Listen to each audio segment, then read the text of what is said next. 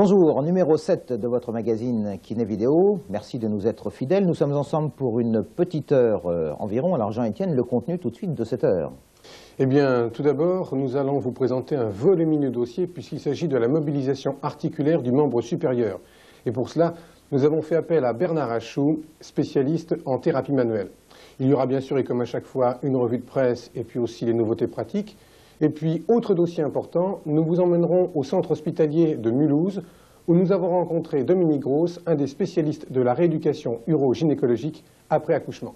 Enfin, pour terminer ce nouveau numéro de Kiné Vidéo, nous vous présenterons une contention strapping de l'articulation acromio-claviculaire. Alors, premier sujet donc, la mobilisation des membres supérieurs, comme vient de vous le dire Jean-Étienne avec un des spécialistes, Bernard Achou. Bernard Achou qui est kinésithérapeute à Aix-en-Provence et qui présente la particularité de bien connaître les blessures des sportifs de haut niveau. Il travaille en effet à mi-temps au Krebs d'Aix-en-Provence et puis surtout, il soigne, et cela tout au long de l'année, les judokas de l'équipe de France. Alors avant d'entrer dans le vif du sujet, il nous explique d'abord quel a été son parcours, son cheminement en quelque sorte, qui l'a mené à la thérapie manuelle. La mobilisation articulaire sont des mouvements que nous allons imprimer au niveau des fascias, des tissus, des muscles et des articulations afin de redonner une fonction et de redonner une harmonie au niveau articulaire. Alors dans quel cas va-t-on mobiliser? Eh bien, on va mobiliser lorsqu'il y a des cas douloureux à quelque niveau que ce soit au niveau du corps, ça peut être un corps dans sa globalité, mais il peut y avoir des douleurs au niveau d'une articulation qui sont plutôt des douleurs à distance. Vous venez d'employer un mot à distance, qu'est-ce que ça veut dire à distance? Alors des douleurs à distance sont par exemple une atteinte viscérale, et notamment une atteinte de foie, peut donner une douleur au centre du deltoïde du côté de l'épaule droite. Il peut y avoir aussi des problèmes de vésicule biliaire qui vont donner des tensions très importantes au niveau cervical. Il peut y avoir aussi des douleurs des problèmes au niveau coronaire et des problèmes au niveau pancréas qui vont donner des douleurs d'épaule gauche. Alors, quels sont les moyens mis en place pour mobiliser? Bien, tous les moyens mis en place, ce sont essentiellement des techniques manuelles que nous allons employer. Ces techniques manuelles, on vous les présente aujourd'hui parce qu'il faut essayer de redonner le goût au thérapeute, le goût de mobiliser, le goût de toucher, de palper son patient, d'arriver à comprendre et d'arriver à sentir les tissus et d'arriver à sentir les articulations. Alors Bernard Achou, vous êtes en permanence en liaison avec les sportifs, mais est-ce que la mobilisation articulaire ne s'adresse qu'aux sportifs? Non, pas du tout. Elle s'adresse aussi à tous les patients, à tous ceux qui souffrent, à tous ceux qui ont des problèmes. Je crois que nous avons adapté des techniques qui étaient relativement de pointe au niveau des sportifs parce qu'il fallait aller vite dans les traitements. Mais maintenant que nous sommes relativement avancés au niveau de ces techniques, nous avons la possibilité de les appliquer aussi au commun des mortels. Pour quelles raisons vous êtes-vous spécialisé dans la mobilisation articulaire? Eh bien, je me suis spécialisé dans la mobilisation articulaire parce que je me suis occupé au départ de sportifs de haut niveau et il fallait, dans un premier temps, arriver à soulager le sportif le plus rapidement possible. Donc j'ai fait une école de thérapie manuelle et cette école de thérapie manuelle, je l'ai faite car j'ai eu certains professeurs et notamment un des maîtres de la kinésithérapie qui était le maître Boris Dolto qui lui m'a donné le goût du travail manuel, de l'apprentissage du corps. La thérapie manuelle, c'est aussi et c'est surtout le travail dans la globalité de la personne. Ce n'est pas seulement le travail au niveau des articulations, du muscle, mais c'est le travail en globalité parce qu'on voit le corps dans son ensemble, des pieds à la tête, et c'est ça qui m'intéressait. Pour pouvoir arriver à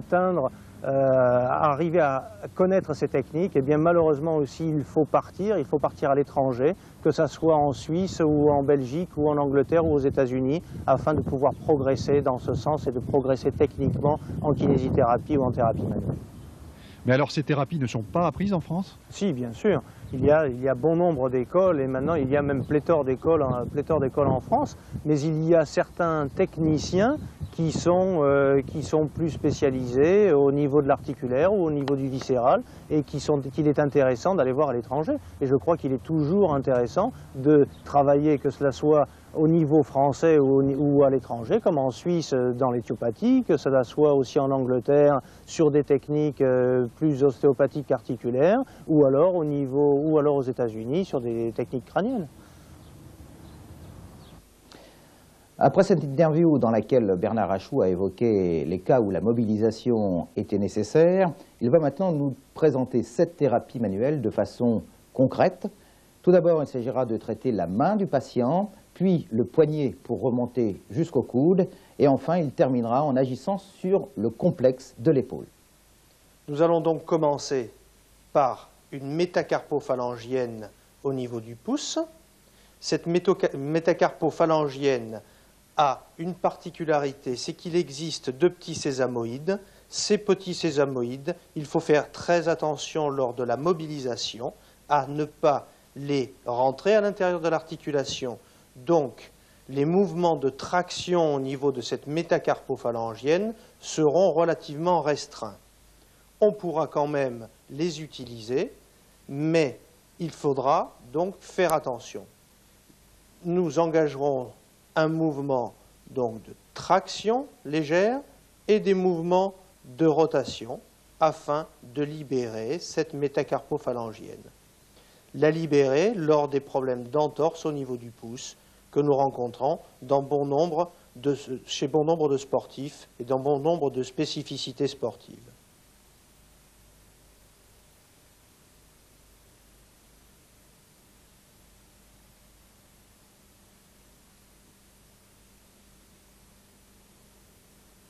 Tous les mouvements d'extension et de flexion au niveau de cette métacarpophalangienne. Ces mouvements de latéralité, des mouvements de rotation et les mouvements de traction que vous pouvez prendre par une pince entre l'index et le médius.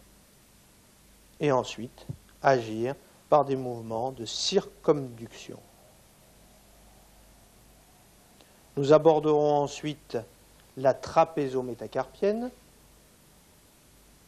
où ce seront des mouvements relativement simples qui engageront donc le trapézoïde avec le premier méta. Ce seront aussi des mouvements de rotation, des mouvements d'abduction et d'adduction, sans oublier un mouvement de traction sur cette articulation trapézométacarpienne. Ensuite, les articulations des doigts, où on s'intéressera aux interphalangiennes. On trouvera donc tous ces mouvements de flexion et d'extension sur les interphalangiennes distales et proximales. Aussi, sur les métacarpophalangiennes au niveau des 2e, 3e, 4e et 5e doigts. Les mouvements seront exactement les mêmes qu'au niveau donc, du premier méta. Et nous aurons donc des mouvements de traction, où parfois il y aura une petite sensation de craquement, car il y a le vide au niveau de cette articulation. Nous pourrons imprimer des rotations et des mouvements antérieurs et postérieurs. La prise de main peut se faire aussi en crochet entre le premier, le 2e et le 3e doigt, où sont engagés donc mouvements de traction, de latéralité et des mouvements de flexion et extension, ainsi que des mouvements de rotation. Nous pouvons le faire identiquement au niveau du 3e doigt, du 4e et du 5e doigt. Ensuite, il va y avoir une mobilité globale de cette main.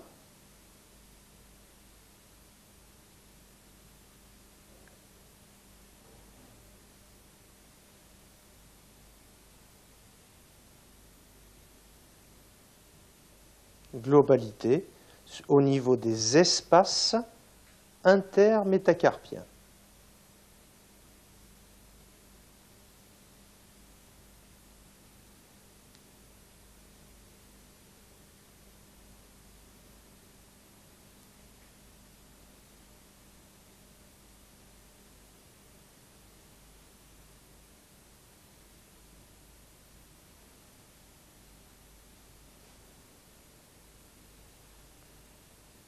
Ce qui nous permettra par la suite pour engager un travail au niveau du carpe par lui-même.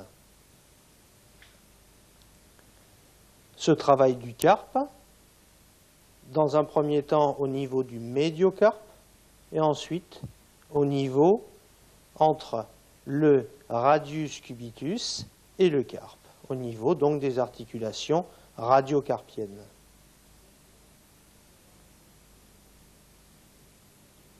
À ce niveau, nous allons trouver des pathologies d'abduction et d'adduction et des pathologies de flexion et d'extension. Abduction-adduction, nous partons du principe où nous sommes dans la position anatomique, face antérieure de cette main. Les mouvements d'adduction seront tous les mouvements donc au niveau du poignet. Lorsque nous dirons qu'il y a lésion d'adduction, c'est que le poignet aura des difficultés à aller vers l'abduction. Et inversement, lorsque nous parlerons de lésion d'abduction, c'est que le poignet aura des difficultés à aller vers l'adduction. Identiquement, lorsque nous aurons des lésions de flexion, des flexions et des lésions d'extension, eh bien, le poignet, lors des lésions de flexion, aura des difficultés à aller vers l'extension, il sera limité vers l'extension, et lors des lésions d'extension, le poignet sera limité dans sa flexion. Afin de traiter toutes ces lésions au niveau d'un poignet, eh bien, nous allons déjà commencer à mettre en traction le membre supérieur dans sa globalité. Nous allons commencer à le mobiliser sur des tractions, petites mobilisations au niveau du carpe, travail de fixation au niveau des os du carpe. Mobilisation au niveau d'un radius, d'un cubitus,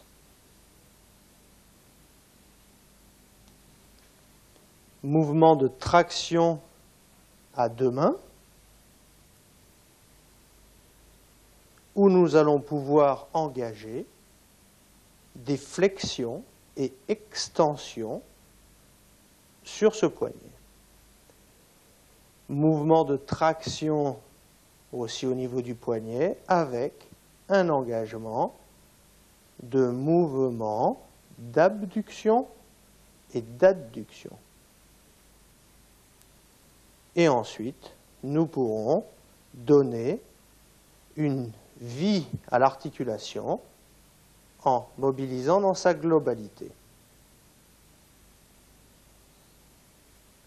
Lors des limitations donc de flexion et extension et d'abduction-adduction, nous allons donc partir sur une limitation d'extension, donc une lésion sur la flexion.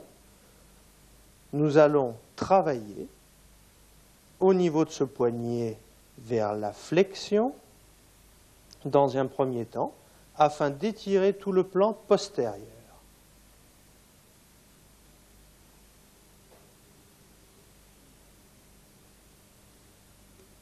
Ensuite, tout en mobilisant, nous amènerons vers l'extension au niveau du poignet.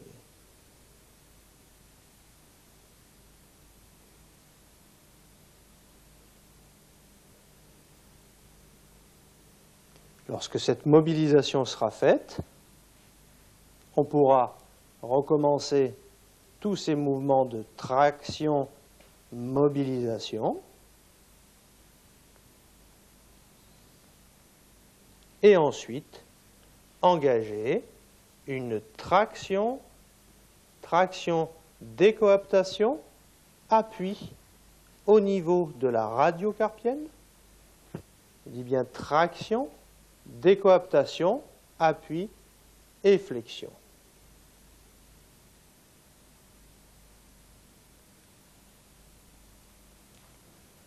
La fin de cette mobilisation se passera par une globalité articulaire. Nous pouvons travailler de nouveau maintenant sur la flexion, donc sur la lésion d'extension, l'imitation de flexion. Il va y avoir un travail de traction dans l'axe, appui sur cette articulation, et on vient fléchir au niveau du poignet tout en tractant dans cet axe. Dans les lésions d'abduction et d'adduction, donc tous ces mouvements-ci, nous allons pouvoir empaumer le poignet avec un verrouillage au niveau de cette main et ensuite engager un travail articulaire d'abduction et d'adduction, ainsi qu'un mouvement global.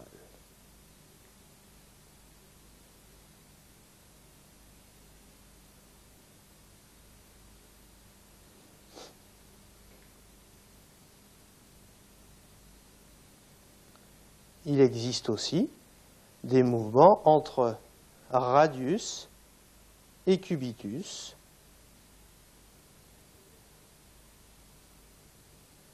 et des mobilisations seront recherchées.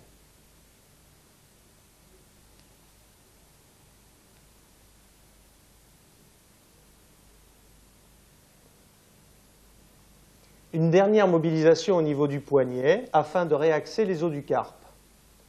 Nous allons avoir une prise de main légèrement inférieure au niveau de cette articulation du poignet et ensuite notre main droite va venir en pont au-dessus de cette articulation afin de provoquer lors de la flexion de nos doigts une légère traction au niveau de ce poignet.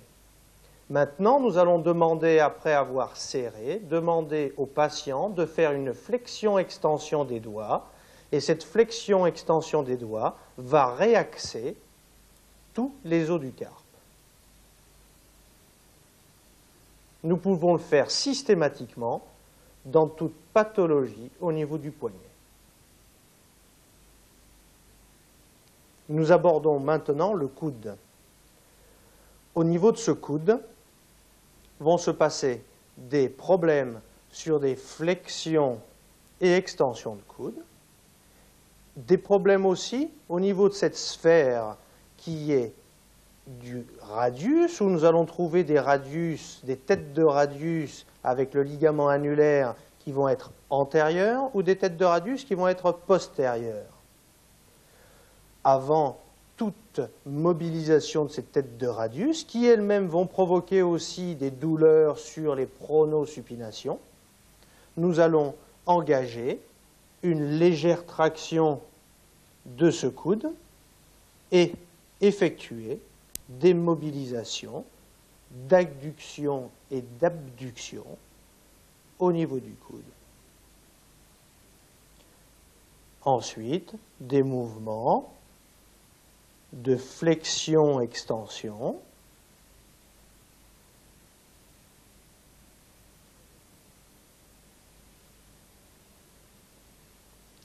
il va y avoir des pathologies d'abduction-adduction entre l'humérus et le cubitus.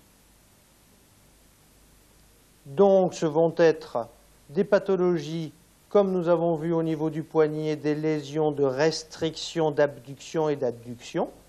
Et là, après avoir fait une traction avec le poignet du patient au niveau du creux de l'aisselle, on va venir se placer en pont au niveau du cubitus, au niveau de la face externe de l'humérus, traction, et il va y avoir une mobilisation dans le sens de la réaxation. Il va en être de même sur l'autre mouvement, une main interne au niveau de l'humérus, une main externe au niveau du radius avec une fixation postérieure du cubitus et un mouvement d'abduction au niveau huméral et d'adduction au niveau radio-cubital. Dans les problèmes de pathologie de la tête radiale en antériorité, donc une tête radiale venant vers l'avant, nous allons emmener en légère pronation afin d'avancer cette tête radiale. Nous allons mettre notre main en pont entre l'avant-bras et le bras du patient et amener au fur et à mesure, doucement, lentement, sur une flexion, non pas forcée, mais un petit peu plus appuyée que normalement. Au besoin, nous pouvons donner un léger thrust au moment du relâchement.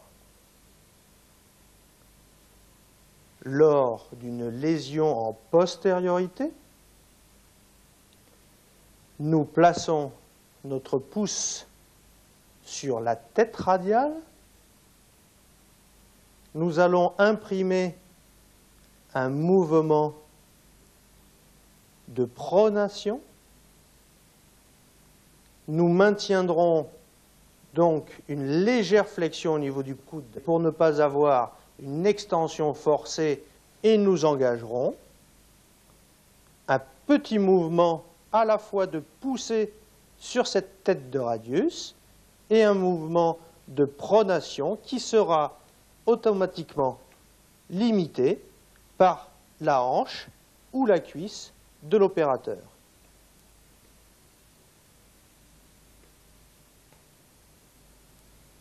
Ensuite, nous terminerons toujours, que cela soit au niveau des tissus, au niveau des fascias ou au niveau de l'articulation par elle-même, dans les amplitudes qui seront toujours maintenues dans leur physiologie.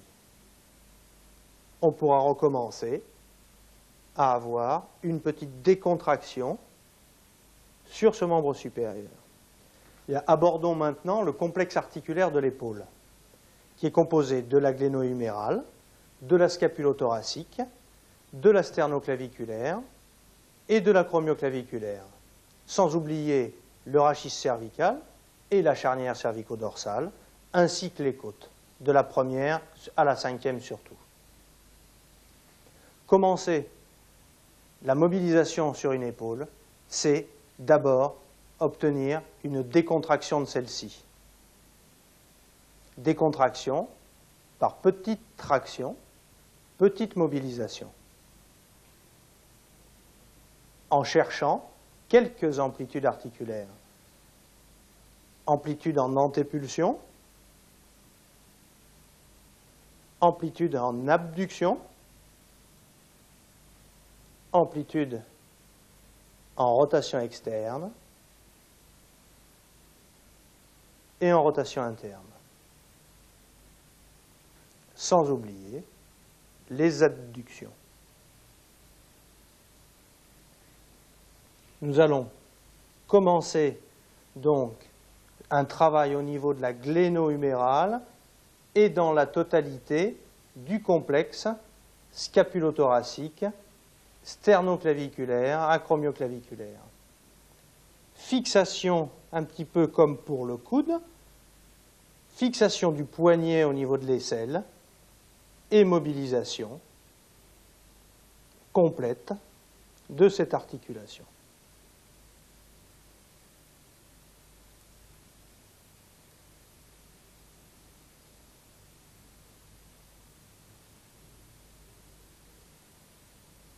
Mise en traction.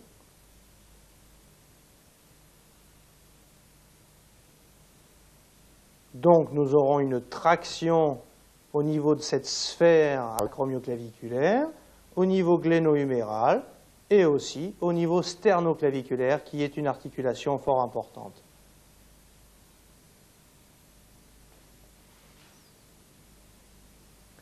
On pourra aussi travailler sur des décoaptations avec fixation du poignet au niveau du creux de l'aisselle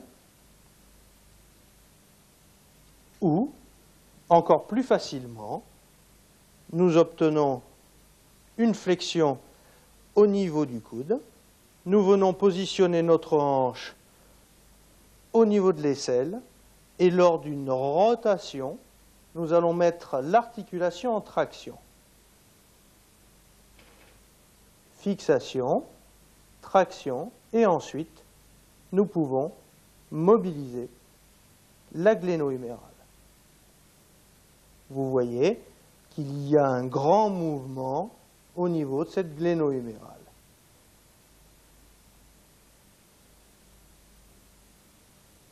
Dans la récupération de tous ces problèmes d'épaule, on va demander aussi un relâchement vers la rétropulsion. Le fait d'aller vers la rétropulsion va détendre tout le plan antérieur au niveau de cette épaule. Et aussi abaisser l'acromioclaviculaire, très souvent dans ces positions-ci. L'acromioclaviculaire qui est lésée est douloureuse. Donc, nous éviterons ces positions. Mais c'est une des positions de récupération de l'épaule. Il existe au niveau de l'acromioclaviculaire et de la sternoclaviculaire des problèmes qui peuvent se poser lors de traumatologie. Des problèmes au niveau sternal, où nous avons des disjonctions sternoclaviculaires. Nous avons des disjonctions qui généralement seront antérieures ou des disjonctions qui vont être supérieures du fait de la rupture ou de l'étirement des ligaments sternoclaviculaires. Afin de travailler une clavicule, dans un premier temps, on pourra venir prendre et crocheter la clavicule avec les doigts, position qui est relativement inconfortable pour le patient. Mais on va engager une mobilisation douce et tranquille de cette articulation afin d'avoir une position beaucoup plus confortable. On va balancer cette clavicule depuis son acromion jusqu'au niveau du sternum et lui imprimer des mouvements supérieurs et inférieurs qui seront inversés lorsque nous serons à la fois sur le bord interne et le bord externe.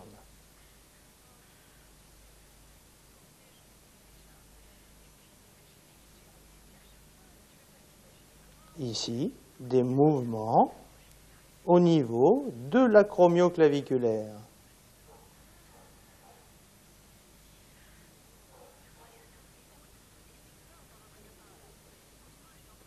Pour avoir une récupération d'épaule, nous pouvons travailler sur les côtes afin d'étirer les possiers du cou et d'étirer surtout les scalènes qui viennent se terminer au niveau des premières, deuxième, troisième côtes.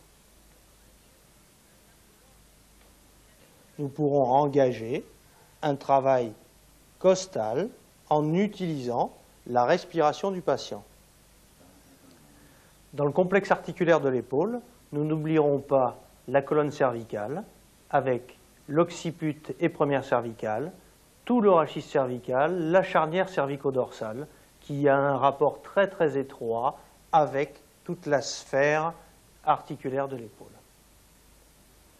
Nous pourrions commencer par une petite mobilisation au niveau de ce rachis cervical, traction,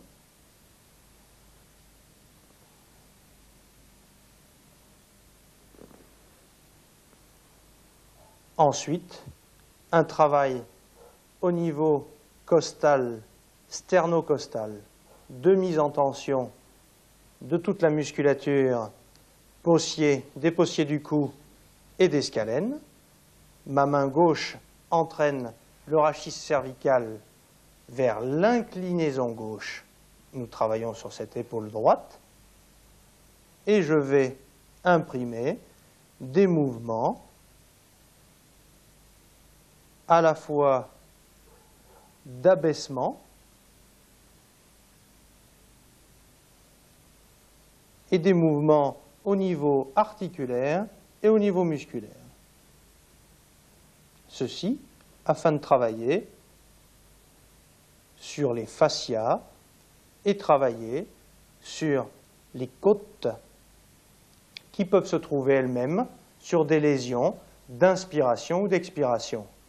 Nous n'oublierons pas dans ce complexe articulaire la première côte qui, elle, très souvent, se retrouve en position de supériorité, donc en position d'inspiration, et qui entraîne tout un tas de perturbations au niveau de l'épaule.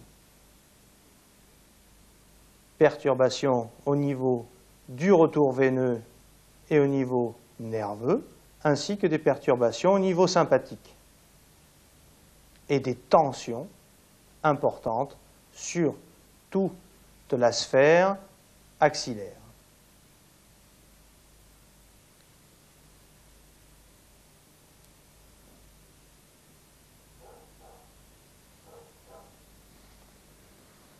Autre prise.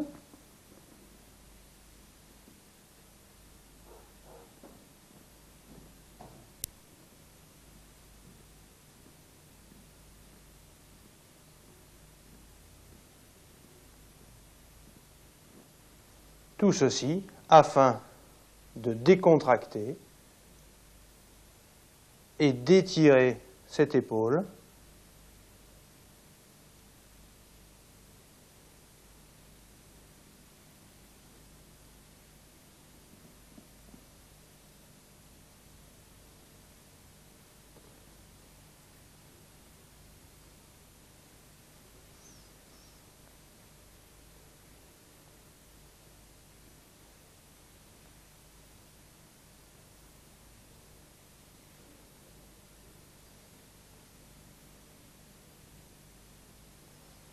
Nous abordons une des dernières mobilisations au niveau de cette épaule, mobilisation en décoaptation. Nous allons imprimer un mouvement de traction dû à une flexion-extension au niveau du poignet de l'opérateur et une poussée au niveau du creux de l'aisselle par le coude de l'opérateur. Donc fixation, ensuite une traction au niveau de cette épaule, et on peut engager aussi une flexion un petit peu plus importante de l'avant-bras du sujet. Nous sommes libres avec cette main pour pouvoir mobiliser une gléno-humérale ainsi qu'une scapulothoracique. Traction et mobilisation, ainsi qu'un engagement des rotations externes ou des rotations internes.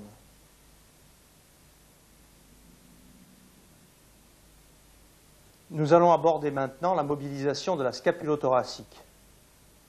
Le patient étant décubitus latéral, nous allons empaumer son omoplate et nous allons pouvoir passer dessous au niveau du sous-scapulaire et mobiliser cette articulation.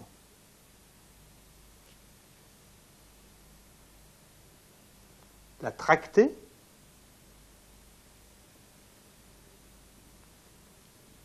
et redonner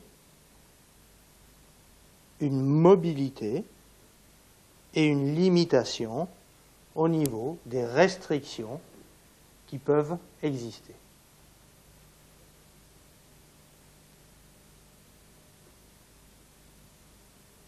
Voilà, nous retrouverons une dernière fois notre spécialiste à la fin de cette cassette, mais tout de suite, et comme vous en avez l'habitude maintenant, la revue de presse du trimestre avec Jean-Étienne.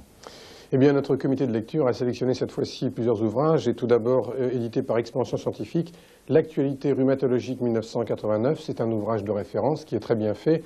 À la limite, là-dedans, tout est bon, il n'y a rien à acheter. Mais nous avons plus particulièrement remarqué deux articles. L'un est consacré aux pathologies mécaniques de l'articulation sacro-iliaque, et l'autre article, particulièrement intéressant, traite de la pathologie des péronniers latéraux. Et puis, écrit par Patrick Germain, L'économie du geste est édité chez Chiron. C'est un livre d'esprit ostéopathique, pourrions-nous dire, et plutôt grand public, mais qui au moins a le mérite d'exposer très clairement le système musculaire et des fascias. Cet ouvrage est illustré de nombreux dessins, on va en voir quelques-uns d'ailleurs à l'intérieur, je pense, voilà. Bon, donc ce sont des dessins très explicatifs, qui font un petit peu d'ailleurs parfois un peu leçon de choses. Alors à la limite, c'est un ouvrage que l'on peut mettre à la disposition des patients dans la salle d'attente du cabinet. Enfin, naissance d'un nouveau confrère qui s'intitule Kiné Plus. Kiné Plus est édité par les éditions du Porphyre. C'est une revue qui est très bien faite avec de nombreux sujets de rééducation, des gestes pratiques. Il y a aussi là-dedans beaucoup de schémas, beaucoup de dessins. C'est une revue 100% kiné, très bien faite et vraiment très très clean. Merci beaucoup Jean-Étienne. Pendant longtemps, beaucoup de femmes qui venaient d'accoucher partaient pour 10 séances de rééducation abdominale. Depuis quelques années, et c'est très heureux, l'urogynécologie a fait des progrès. De plus en plus souvent, rééducation des abdominaux et du plancher pelvien vont de pair. Mais pour être tout à fait efficace, cette rééducation abdominopelvienne dans le postpartum doit répondre à des critères très précis. 1. Respecter des délais de repos. 2. Ne pas systématiser tout renforcement abdominal après accouchement. Dominique Gross est l'un des kinésithérapeutes spécialistes de cette rééducation. Nous sommes allés le voir là où il exerce, c'est-à-dire au centre hospitalier de Mulhouse et plus spécialement encore dans le service du docteur Zingler. Aussi belle soit-elle, la plupart des naissances entraînent des perturbations dans la zone abdominopelvienne de la femme. Depuis les travaux effectués par Kegel en 1949, la rééducation périnéale dans le postpartum, complétée ultérieurement par un renforcement abdominal, offrira des avantages sur la continence, la sexualité et l'esthétique. La rééducation des muscles abdominaux répond, je dirais, d'abord et avant tout à des fins esthétiques, un objectif esthétique de la part de la femme qui souhaite retrouver un ventre plat le plus rapidement possible, alors que la rééducation du périnée poursuit un objectif beaucoup plus fonctionnel, d'une part sur l'équilibre vésico-sphinctérien, d'autre part aussi sur des aspects plus gynécologiques, voire plus sexuels. Et il faut, dans notre esprit, privilégier et commencer par la rééducation des muscles périnéaux. Et cette rééducation, donc, permet de limiter l'incontinence dans le postpartum? En tout cas, de ne pas l'aggraver. En tout cas, de ne pas l'aggraver. Il y a dans l'incontinence de la femme qui a accouché différents degrés. 3 groupes de femmes ont été décrits, en particulier par le professeur Pigné de Paris. Il y a un premier groupe de femmes qui fait à peu près 20-30%, qui sont des femmes qui finalement ont eu un accouchement normal, n'ont aucun signe d'incontinence, aucun prolapsus. Eh bien ces femmes-là ont un périnée testé par le gynécologue ou le médecin rééducateur à une force supérieure à 3 au testing musculaire. Ces femmes-là peuvent assez rapidement reprendre la rééducation des abdominaux. Par contre, le groupe 2, qui sont des femmes à peu près 50 à 60% des femmes, ce sont des femmes qui ont une petite incontinence, un petit prolapsus, qui ont eu un accouchement difficile, une épisiotomie, voire une déchirure. Ces femmes-là, il faut avant tout commencer par la rééducation des muscles périnéaux et n'envisager que bien plus tard la rééducation des muscles abdominaux, à partir du moment où les muscles périnéaux seront devenus assez puissants pour résister finalement à la contraction abdominale. Il y a un troisième groupe de femmes qui fait aussi 20-30%. Ce sont des femmes qui ont une incontinence avérée, d'importance variable, mais une incontinence avérée. Ces femmes-là, il faut avant tout commencer par les explorer. Il faut faire un bilan médical très complet, associant un examen clinique bien sûr, des examens radiographiques, un examen urodynamique, voire une cystoscopie. Et ce n'est que lorsque le bilan est posé qu'il faut envisager la rééducation, parce que dans ce cadre-là, on n'est plus forcément dans la rééducation pure du postpartum, mais plutôt dans la rééducation de l'incontinence urinaire.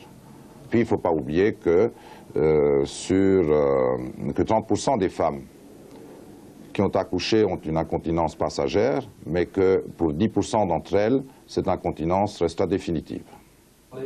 Au centre hospitalier de Mulhouse, le personnel médical profite des quelques jours de présence des parturientes pour les informer des risques d'incontinence après accouchement. Une incontinence provoquée généralement par les rires, la toux ou les efforts. Cette information sur l'anatomie et ce dialogue sont assurés par un kinésithérapeute et une sage-femme.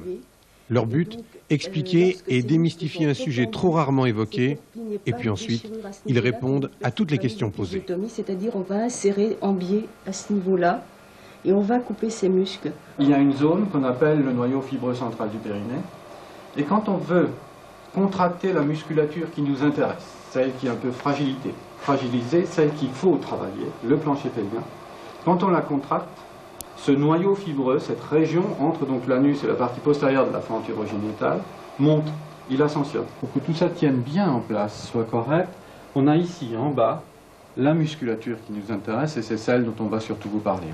Donc apprendre à bien connaître son périnée et surtout ne pas faire d'abdominaux jusqu'à la visite postnatale.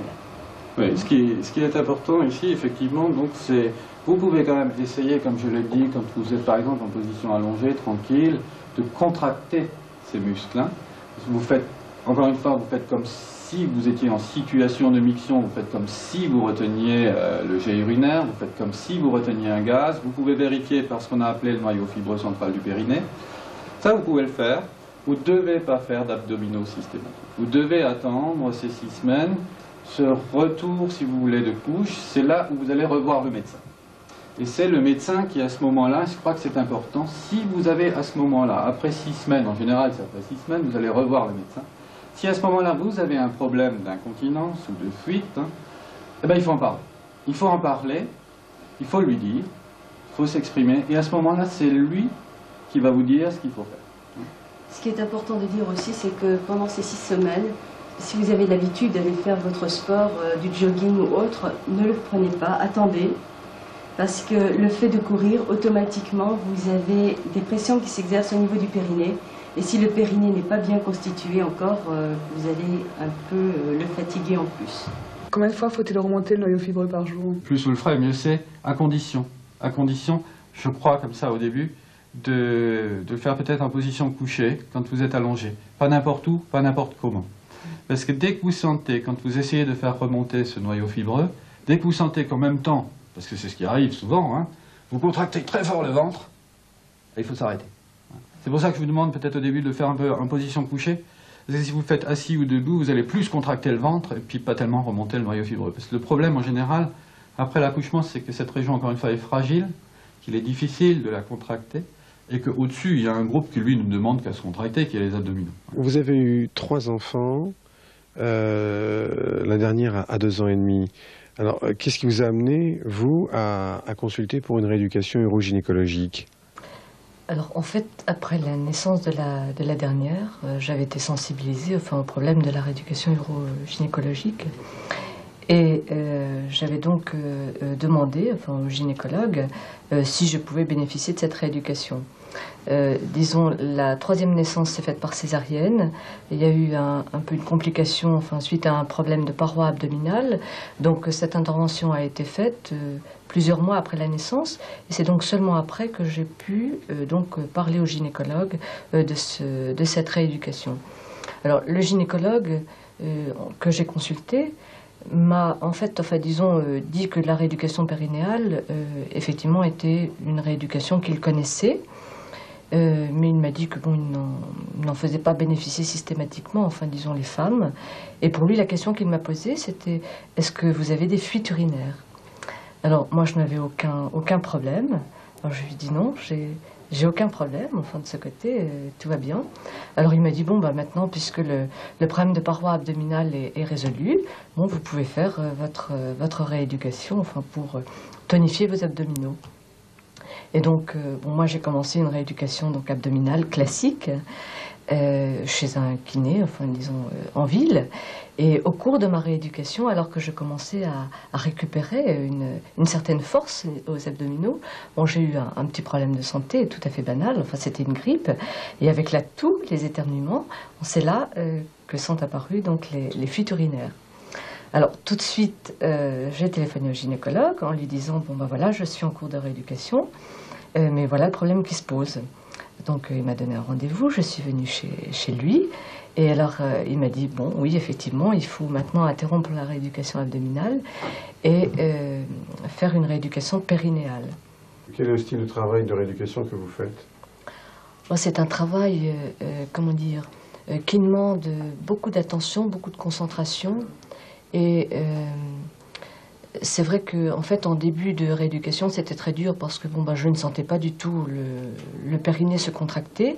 Et même, j'avoue que j'étais très gênée dans ma rééducation parce que, ayant donc commencé une rééducation abdominale, en fait, bon, bah, les muscles abdominaux se contractaient et j'avais beaucoup de mal, enfin disons, à supprimer cette contraction des abdominaux pour permettre au périnée, enfin qui était en fait très très faible, parce que enfin, vraiment cliniquement il était coté, enfin disons au minimum, donc c'était difficile, enfin disons à cause de ça. Pratiquement, en ce qui concerne le travail des kinésithérapeutes, comment est-ce qu'il faut procéder? Je crois que ce qui est important, je pense, c'est avant tout une formation conséquente, parce que l'incontinence urinaire a des origines multiples. Il y a beaucoup de types d'incontinence urinaire. Toutes ne sont pas rééducatives, loin de là. Je crois qu'il y a aussi la notion d'équipe pluridisciplinaire. Je crois qu'il est très important d'avoir un diagnostic précis, parce que l'utilisation des techniques faites par le kinésithérapeute va dépendre du diagnostic médical. Bien, il s'agit d'une patiente qui présente une incontinence urinaire classique du postpartum, c'est donc une incontinence légère avec une faiblesse du plancher pelvien. Et on va dans un premier temps, évidemment, après un bilan clinique complet, avec testing notamment et examen neurologique locaux régional, on va s'intéresser avant tout à la prise de conscience et au travail manuel. Bien, je vais donc vous demander de contracter, de serrer sur mes doigts. Allez-y, stop, stop, stop, stop, stop, stop. Sans le ventre, sans les fesses, respirez normalement, détendez-vous, relâchez-vous. Tout à fait calmement, on va recommencer, vous ne serrez pas trop fort. Allez-y, serrez un tout petit peu sur mes doigts, tout doucement, c'est déjà mieux, relâchez. À ce stade, chez cette patiente, ce qui est important, c'est de développer la prise de conscience. Vous avez vu, quand on lui a demandé une contraction de ses muscles releveurs, elle a surtout sollicité les muscles parasites, abdominaux, fessiers. Les moyens techniques rééducatifs pour développer la prise de conscience sont nombreux. Un de ces moyens va être, par exemple, simplement la dépression vers le bas et l'arrière des releveurs. Un autre moyen bien simple qui nous aide souvent, c'est le stretch réflexe, classique en kinésithérapie. Bien, ici, je demande donc une contraction du plancher pelvien, vous contractez, serrez, et vous toussez. Toussez, toussez, relâchez. Relâchez, détendez-vous, serrez. Toussez, relâchez. On constate ici encore une faiblesse du plancher pelvien qui n'est pas capable de résister à la toux.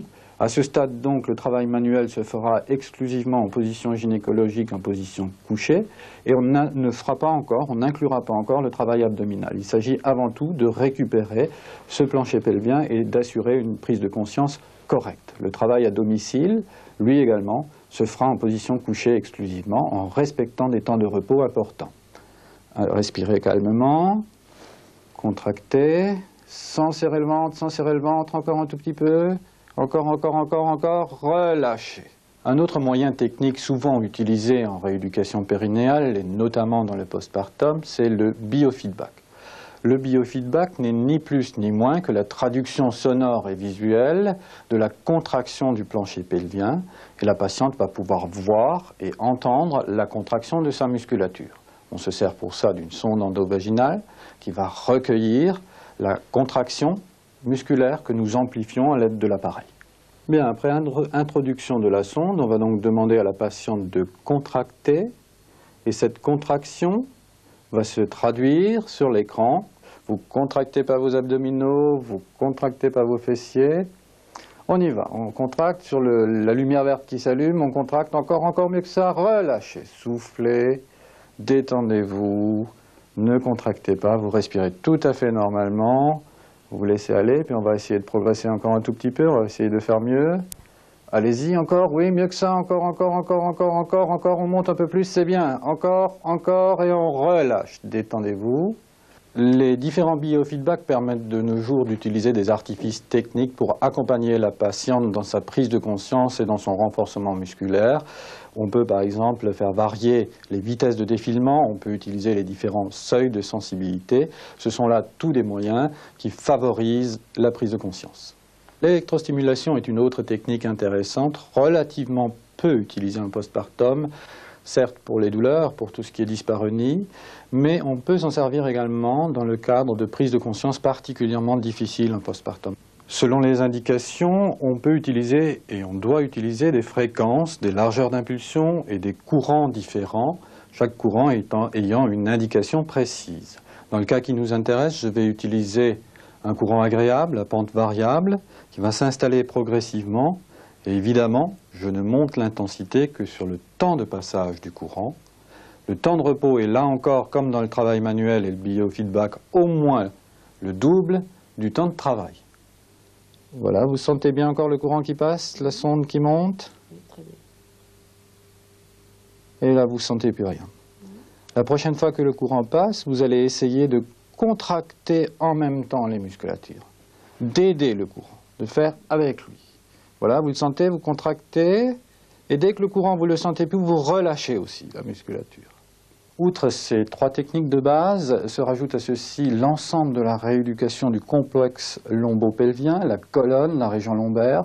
Cette rééducation, l'abdomen également, notamment tout ça dans le postpartum, où la rééducation de la colonne et de la région abdominale après obtention d'un plancher pelvien correct est quelque chose d'important.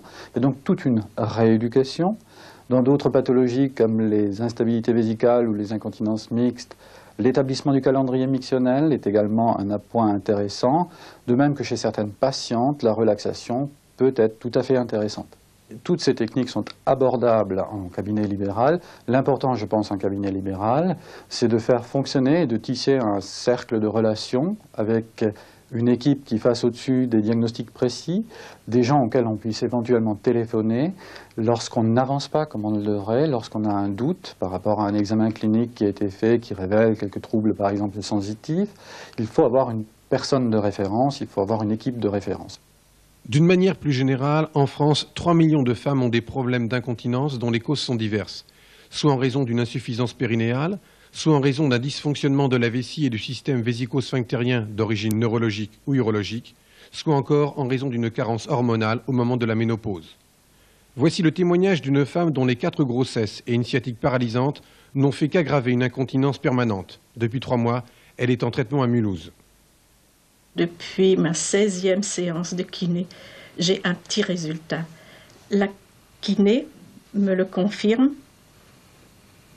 Elle me dit que le muscle devient un peu plus ferme, puisqu'il était très faible. Et moi-même, j'ai compris maintenant, je trouve qu'il y a une amélioration, étant donné que je sais ce qu'est une miction. Vous avez dit que vous saviez maintenant ce qu'était une miction. Oui, oui. Vous avez jusqu'à combien de mictions par jour?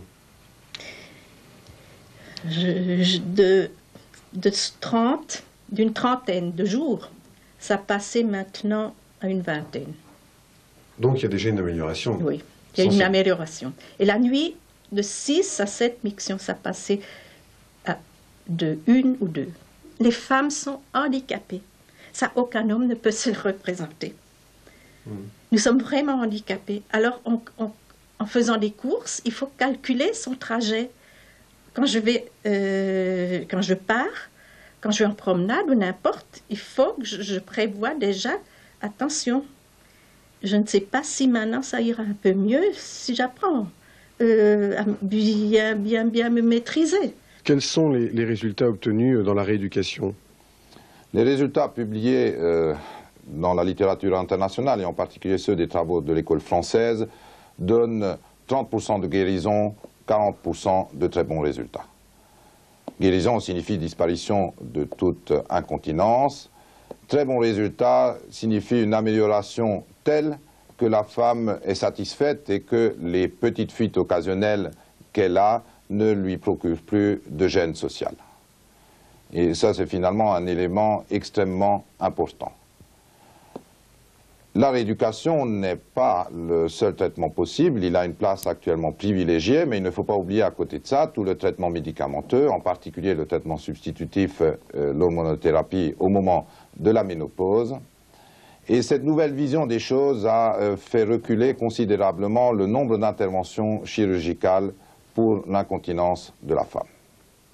Maintenant, d'une manière plus générale, est-ce que ce n'est pas encore quelque chose qui est un peu tabou?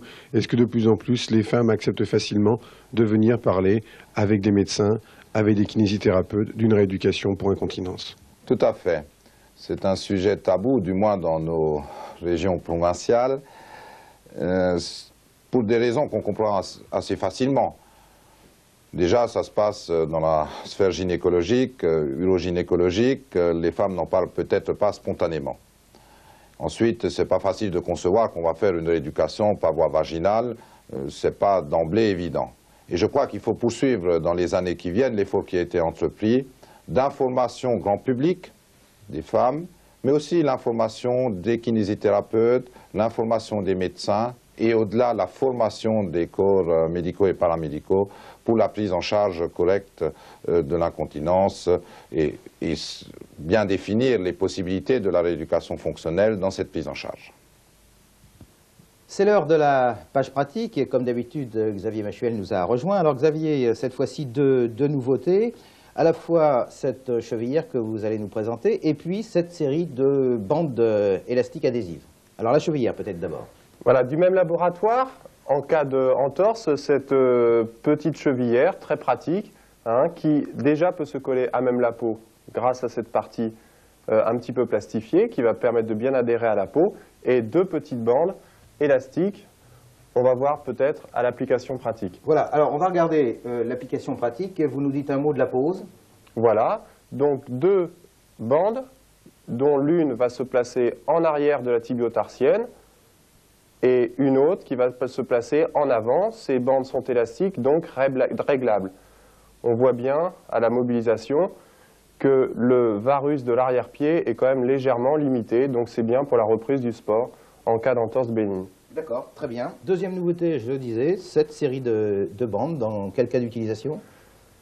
Pour le strapping de cheville, dans la même pathologie, là c'est une bande adhésive, mais surtout qui nous change un petit peu parce qu'il n'y a plus de support sur lequel se collait la bande auparavant. Là, on applique directement, donc pas de bout de support qui part partout. On verra dans un instant l'application pratique à travers un exercice.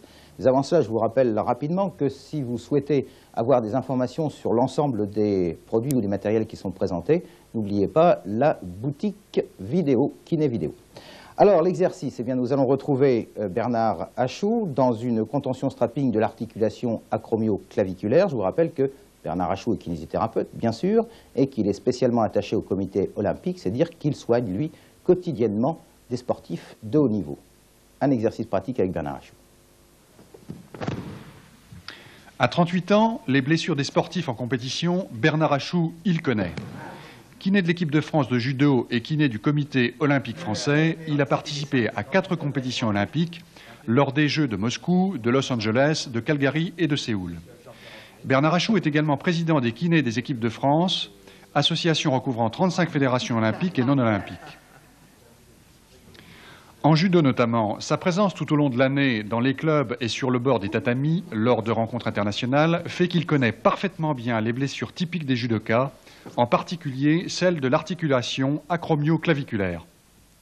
Cette lésion résulte le plus souvent d'une chute sur le moignon de l'épaule, chute mal contrôlée.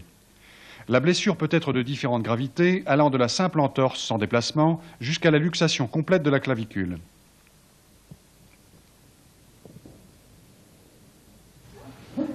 Bernard Achou intervient souvent en urgence pendant la compétition, qu'il s'agisse d'une lésion bénigne ou de protéger une blessure ancienne, comme ici avec ce sujet. La contention va permettre au sportif de poursuivre sa compétition. On voit nettement sur ces images l'ascension de la clavicule, significative d'une rupture ancienne des ligaments de l'articulation. L'acromion faisant partie intégrante de l'omoplate, il s'agit dans un premier temps de fixer celle-ci dans le sens de la flèche. On aura au préalable préparé la peau en pulvérisant un film protecteur et protégé le mamelon au cas où les bandes le recouvriraient. Donc, première bande de rappel qui va se situer sur le bord interne et le bord externe de l'omoplate.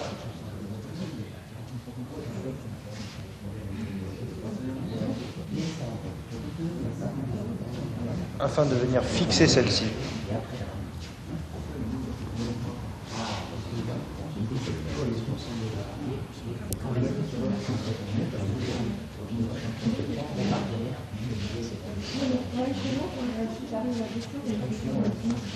On va demander une inclinaison, légère inclinaison du tronc à notre sujet. Et ensuite, commencer les attaches de bandes par une bande antérieure qui va être croisée, qui va passer en pont au-dessus de l'articulation acromioclaviculaire afin de venir la fixer. Une deuxième bande qui va être croisée toujours au-dessus de cette articulation acromioclaviculaire dont la ligne de force sera très importante juste au niveau de l'articulation afin d'avoir un renfort d'abaissement. Et elle sera aussi croisée vers l'arrière.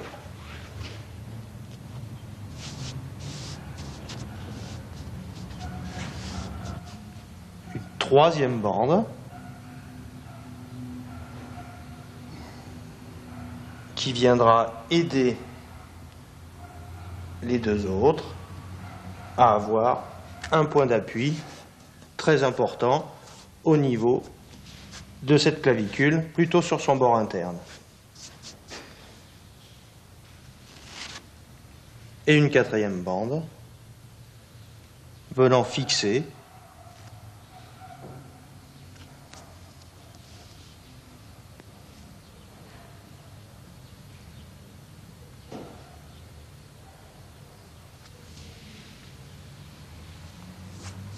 l'extrémité externe de cette clavicule pour avoir ce positionnement. Toutes les bandes sont regroupées au niveau de cette ligne de force afin d'avoir la compression la plus importante au niveau de cette articulation acromioclaviculaire qui commence déjà à être fixée. Ensuite, on va pouvoir organiser une bande circulaire au niveau du bras, dans la partie inférieure du V deltoïdien.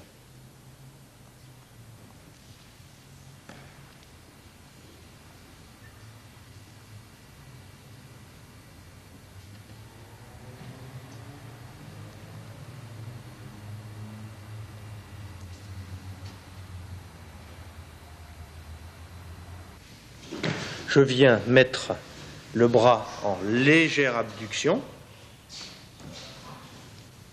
afin d'avoir une position de bande qui va abaisser l'acromioclaviculaire au moment du relâchement du bras le long du corps.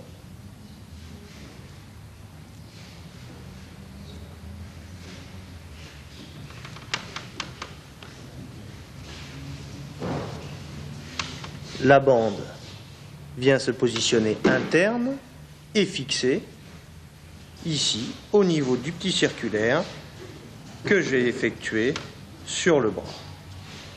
Ensuite, étirement, toujours le positionnement de la ligne de force afin d'avoir une compression la plus importante possible sur cet acromioclaviculaire. une deuxième bande qui va venir vers l'arrière, venant croiser ensuite à la mise en tension sur l'avant du thorax du patient.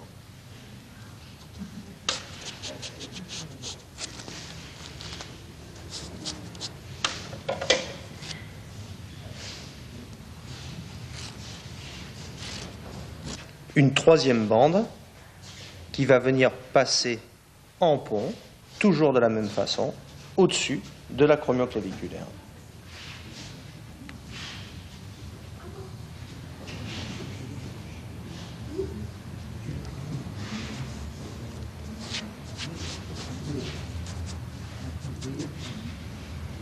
Et une dernière, un petit peu plus postérieure, toujours avec son appui au niveau de la circulaire, bien tendu au niveau de l'acromion.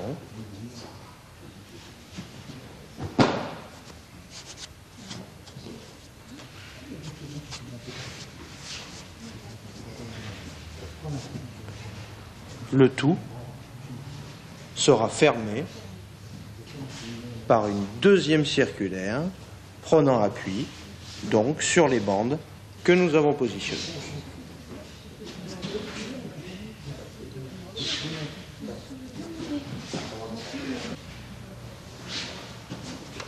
On va demander maintenant un abaissement du bras, ce qui va entraîner une fixation de cet acromioclaviculaire.